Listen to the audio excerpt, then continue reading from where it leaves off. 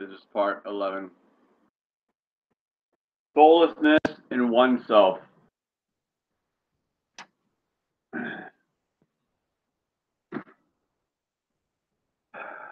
Generally, the encounter with soullessness in oneself is a radically different process than the encounter with soullessness in the other. To consciously engage soullessness in oneself is to peel off each of these layers, or what I would say, like Tool said in one of their songs, your shadows shedding skin, by bridging them back in awareness. Among the most exclusive of these is the numbness that forms at the core of soullessness. A dream of mine illustrates the process of psychic numbing and the conscious turn towards numb places. This dream exposes a place of numbness within the landscape of the soul, illuminating through imagery of the psychological process of engaging with numb sectors.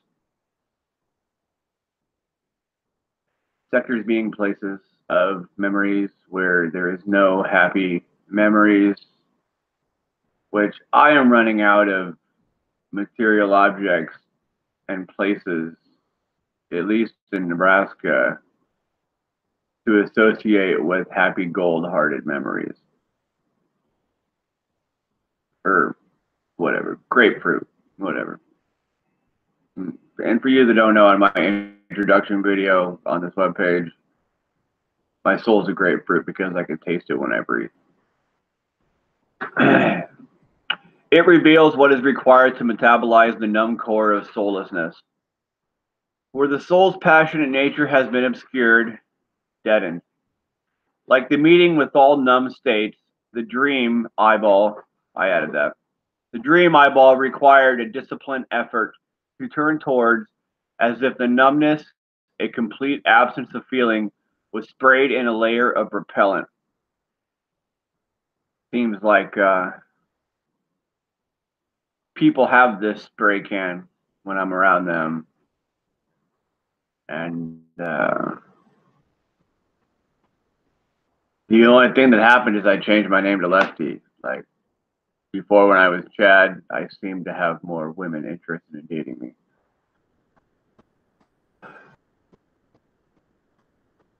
A natural tendency to turn away from the imagery of numbness in half-conscious disgust first must be overcome.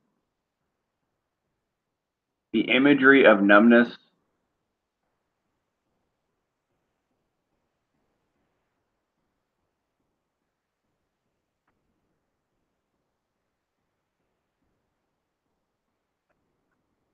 the imagery of numbness is what I would describe as the noise of an aerosol can being sprayed from inside your head out your nose, or your sneeze. So I feel that the imagery of numbness, like you're stuck inside of your sneeze. The dream eyeball, and I'm adding eyeball every time they say the word dream. The dream eyeball was as follows. I am living in a room in a spacious old mansion built by a successful industrial baron from the late 19th century. There is a pond and a swamp area on the grounds. My car has been driven into the swamp, where it is slowly sinking and submerging. A crocodile surfaces crawling out of the swamp. Those of us standing nearby immediately ascend the long stairs leading to the second floor of the mansion, heading towards safety. If they were in the house, why would the alligator go in the house? They can't open doors. And I highly doubt alligators are going to bust through windows and stuff. I mean, who knows? I've never met an alligator crocodile, but maybe. I watched from the high at the dining room windows in shock as a whole mechanistic system for dealing with the crocodile swings into operation. This is where they want to talk about mechanical thought, like how things are put together, how things work. So what they're doing in this situation is they're mechanicalizing all the events that have happened in the past few moments and how they can put them together to make a plan to get to safety and solve the problem.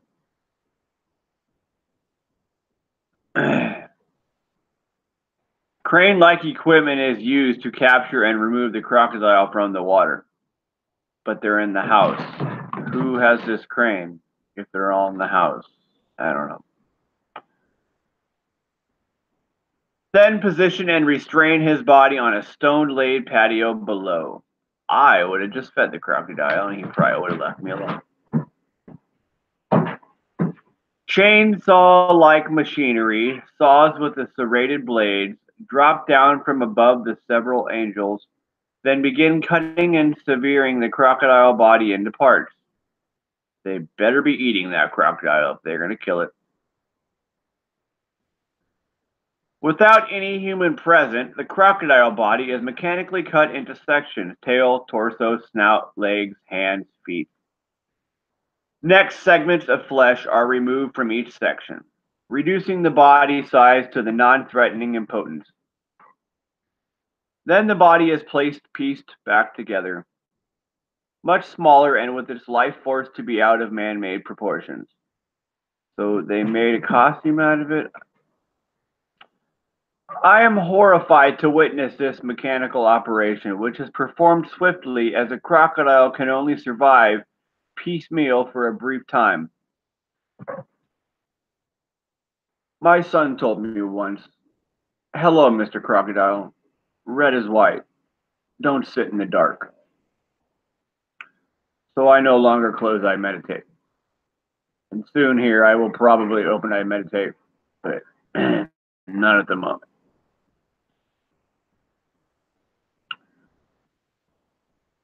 The calculation and cruelty behind this mechanical approach, executed at a distance from on high, not an outright killing, but sheared his body and rendering the life force of man-made proportions to the point of impotence, is chilling to witness. Just as the operation is nearly complete, several women swimming in the pond can be seen thrashing in the water. I awake with certainty that the entire operation will be repeated until any and all threat to human has been eliminated. If you feed the crocodile, it will be happy, and it won't eat you. Afterwards, I wrote, accompanying the image of losing my car in a bog, I sink into layers of numbness, where there is no feeling, especially in my lower body. Contacting the numb places in the body is intensely disturbing, as they seem inhuman, stone-like, the presence of Medusa. Now, backing up between that closed-eyed meditation, last time I did it, I noticed my feet were mirrors, and I was staring at the reflection of myself, which was a dinosaur. Let's just say it was a crocodile because I'm right-eye dominant. Now, if I would have been left-eye dominant, it would have been an alligator because an alligator has a pocket in its upper jaw for a lower tooth to fit into. So just imagine a hole in the left side for the vision to be understood better by the alligator, therefore having more logical, senseful cognition skills than the right-eye dominant crocodile that has nothing to do and deal with but the aerosol can sound spraying of the sneeze. So, yeah. In this place, there is no attachment to anyone or anything, just stone coldness. Feeling into my coldness and non-attachment is itself chilling. The burying of the car seems related to letting go of the body I have traveled in during the past 15 years, the period of owning the car. In this dream eyeball, crocodiles, our reptilian ancestors, represent cold-bloodedness, offering an image of numbness. We tend to contrast reptilian cold-bloodedness with mammalian warm-bloodedness, the latter referring to our capacity for feeling, especially empathetic feeling for others. I'm pretty sure crocodiles get sad, and I'm pretty sure sad. And remember, all reptiles are dinosaurs.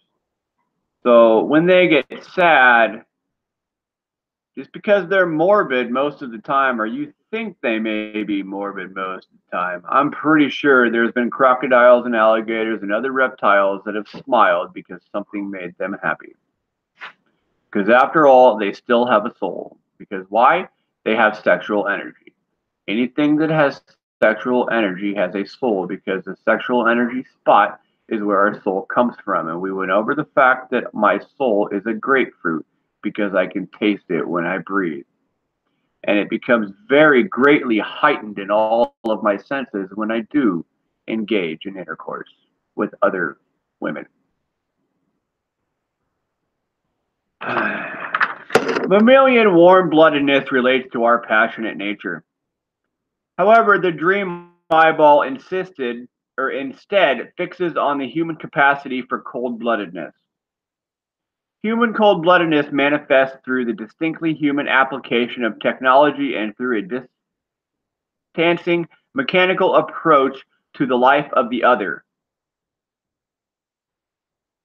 Human cold-bloodedness manifests through the distinctly human application of technology and through a distancing, mechanical approach to the life of the other.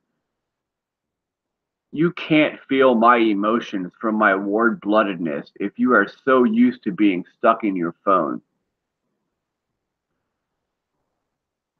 You become cold and like a computer. In the dream eyeball, human cold-bloodedness is expressed through the power of the machine. My voice box is a machine. I'm pretty sure voice boxes got planted on this planet somewhere in the past to see how far we could make it and whether we could get along long enough to be able to live on other planets. At this point, I don't think y'all are going to make it off this planet, and we're probably going to go through a sixth mass extinction, mainly because money is a morbid entity of imagination that you have given astronomical prices and put tags and price tags on these things that we need to be able to live on other planets. It's just outrageous how much you think it costs to do these things, because it's nothing more than a morbid entity of imagination that you have put to money because you feel you need that much money. Which in reality, I would build you a rocket that would take you to Pluto for $200,000. And I highly would love to see a justification sheet of all the pricing that you feel that it would take to make a nuclear powered rocket. That would be, say, the size of the last rocket that went into outer space by Elon Musk. Greed. Greed is going to stop this planet from surviving the sixth mass extinction. You don't have to believe me. You can think I'm crazy. But the point is, money is ruining your mentality and you're turning it into greed. And you're never going to make it to Mars. You're never going to make it to live on other inhabitable planets that they claim are just like Earth because you say it costs too much money. No, you imagine it costs too much money. There probably are people on this planet that would do the stuff that it needs to be done to make these rockets to get to these planets for a proper price tag that would be affordable. So stop making up stories.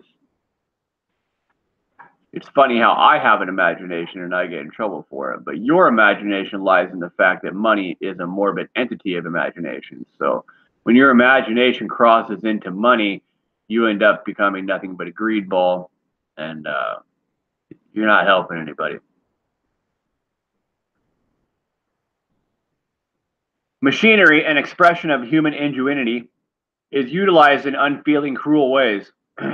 Machines can be operated from a distance without any witnessing human presence, making it possible to detach and dissociate emotionally from one's cruelty. As far as I'm concerned, nobody understands their voice box is like a little black robot, and they are detached from everybody everywhere. But yet they think they know what's going on because they saw it on the internet. Two types of cold bloodedness are depicted in the dream eyeball: the cold bloodedness of the natural world found in the reptilian body, and the cold bloodedness of the human as expressed through the power of the machine. When it comes to the cold bloodedness in the natural world found in the reptilian body, that is where you live in lust and all you care about is getting sex. And it's working well for most people. Sex, sex, sex, sex, sex, sex, sex. Because I got money, money, money, money, money, money, money, which comes to the cold bloodedness of the human as expressed through the power of the machine. These two types of cold bloodedness, lust and greed, become pitted against one another. In this match, human cold-bloodedness prevails over reptilian cold-bloodedness. Wish you'd stop making fun of her, dude.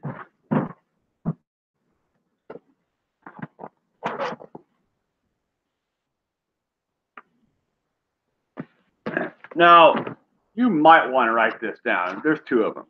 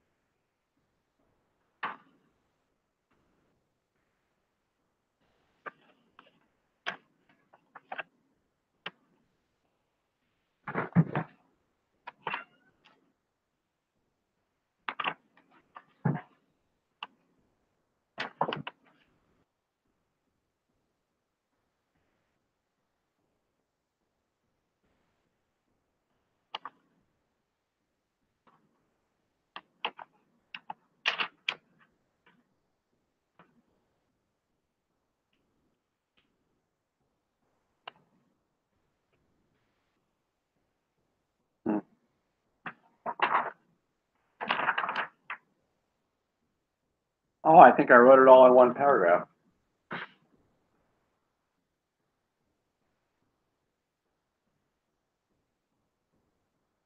Okay. So most people, you might want to at least rewind it and write it down. Or maybe you could record it from your phone while you're listening to me so you have that. Or maybe your phone's smart enough to actually listen to me talk to text if you have it up right close to your microphone. Okay?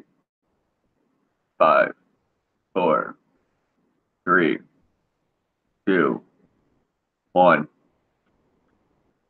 Most people use vanity within their lust and forcefully push greed onto others inadvertently, causing envy and rage so they don't have to focus on gluttonizing and sloth because they have enough money to not have to understand the rainbow penis.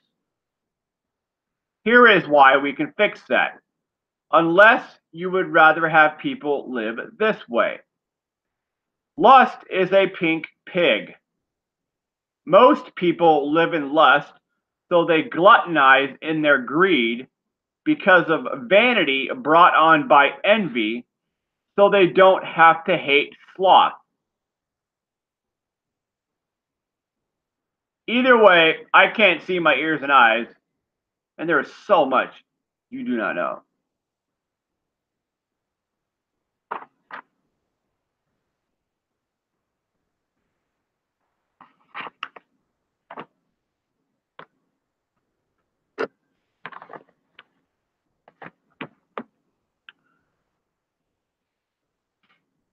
In this match, human cold-bloodedness prevails over reptilian cold-bloodedness,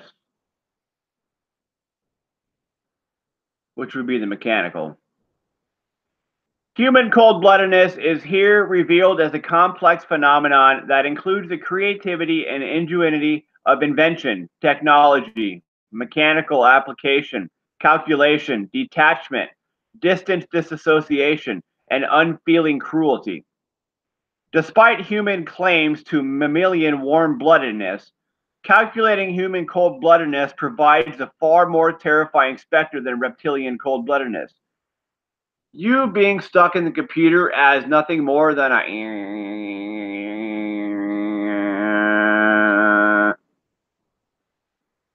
If you just understood that my heart is a strawberry, you could feel the warmth from that and not have to worry about getting in your computer because your computer does not have blood in it. So therefore, there's no warmth that causes emotions from the computer within the strawberry blood that flows through every single living thing's body. Now, I can't explain why possibly cold-blooded animals would have cold strawberry blood, but I don't know. Maybe the crocodiles are needed to live in outer space on different planets. Why don't we throw all the crocodiles and all the cold-blooded animals on the Jupiter and see what happens? The mechanical, calculating, cold-bloodedness human offers a more sinister human self-image than the ones we normally inhabit. If I wore a cell phone costume in public, would you take me more seriously?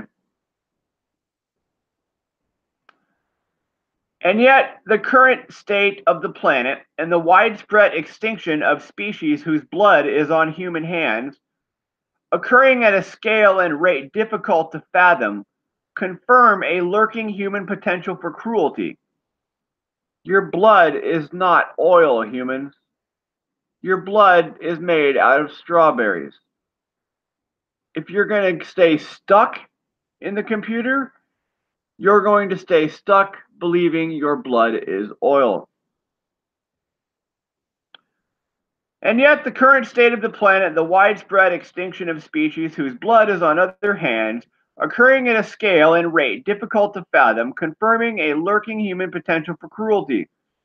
The crocodile dream eyeball appeared shortly after viewing a disturbing video clip depicting the netting and slaughter of dolphins, their bloody carcasses being chained to the back of trucks and dragged through dusty streets towards processing plants. Psychologically speaking, the dream eyeball depicts a promising process of dismembering the cold-blooded numbness within the self. The crocodile body of cold-bloodedness is dismembered, taken apart, reduced in size and power, then remembered. This disbursement remembered process is archetypical in the nature and ultimately hopeful.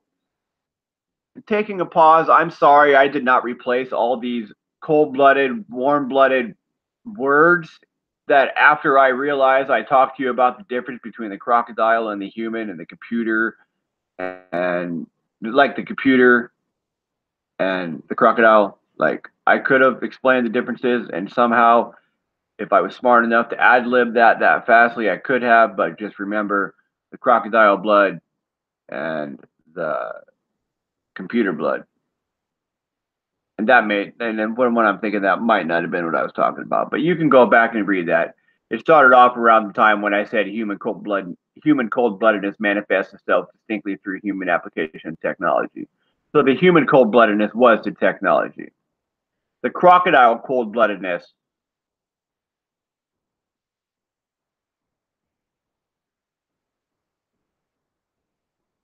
well, it would have been the closed-eyed meditated state. I don't know. It's back there somewhere.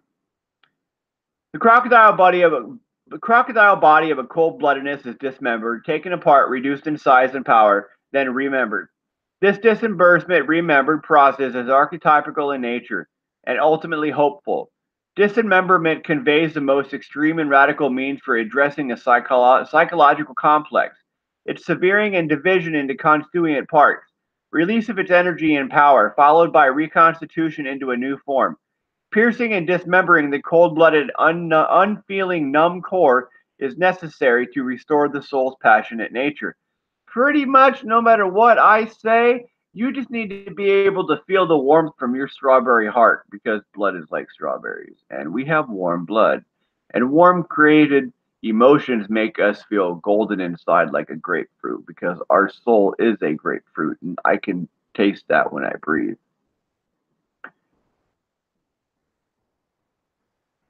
Dismemberment conveys the most extreme and radical means for addressing a psychological complex.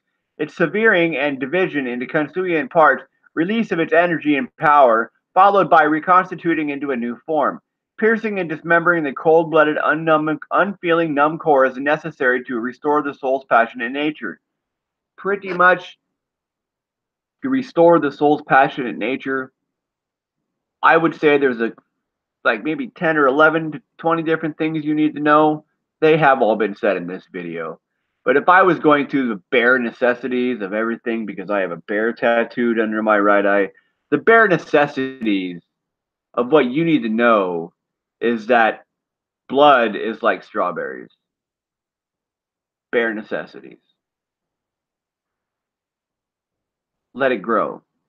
Quit trying to destroy the human soul with robots. What is the process by which the numbness at the core of the soullessness thaws? I just told you. To allow this numbness into awareness, to make conscious contact with numbness, requires actually feeling the numbness. Though it may sound like a contradiction, numbness only thaws through awareness and presence. No, I just thawed your numbness. Strawberry heart, strawberry blood. Remember that. Initially, to make the bridge of conscious contact between awareness and numbness is to be affected by the chill of what has been held outside awareness, like a person who opens the door to the outside on a windy, bitter cold day and is greeted by a brisk breeze. Awareness must first tolerate the chilling and repellent quality of the frozen numbness. However, feeling the numbness, remaining present to the numbness, catalyzes a quickening within the soul. Awareness meeting numbness constitutes the beginning of reversal, where the capacity for feeling and sensitivity begins to pour into a barren or atrophied place within the soul. As the warmth of feeling penetrates the cold chill of numbness, an alchemical quickening within the soul brings feeling back to life, like a beam of sun shining intently on a patch of frozen ground. No, like a beam of grapefruit shining intensely on the patch of frozen ground. One's capacity for feeling is extended. Some of the passionate life of the soul is aroused, quickened, and restored. Because I told you, my heart's a strawberry, blood is made out of strawberries, and my soul tastes like a grapefruit because I can breathe and I can taste it when I breathe. That was the end of this chapter. Wasn't as long as I thought it was going to be. The 20th century culminates an era of disenchantment that demonstrates the dire collective consequences for community, society, and the planetary web of life. When the informing presence of soul becomes obscured from shared awareness and action, robots do not have souls because they do not have blood made out of strawberries.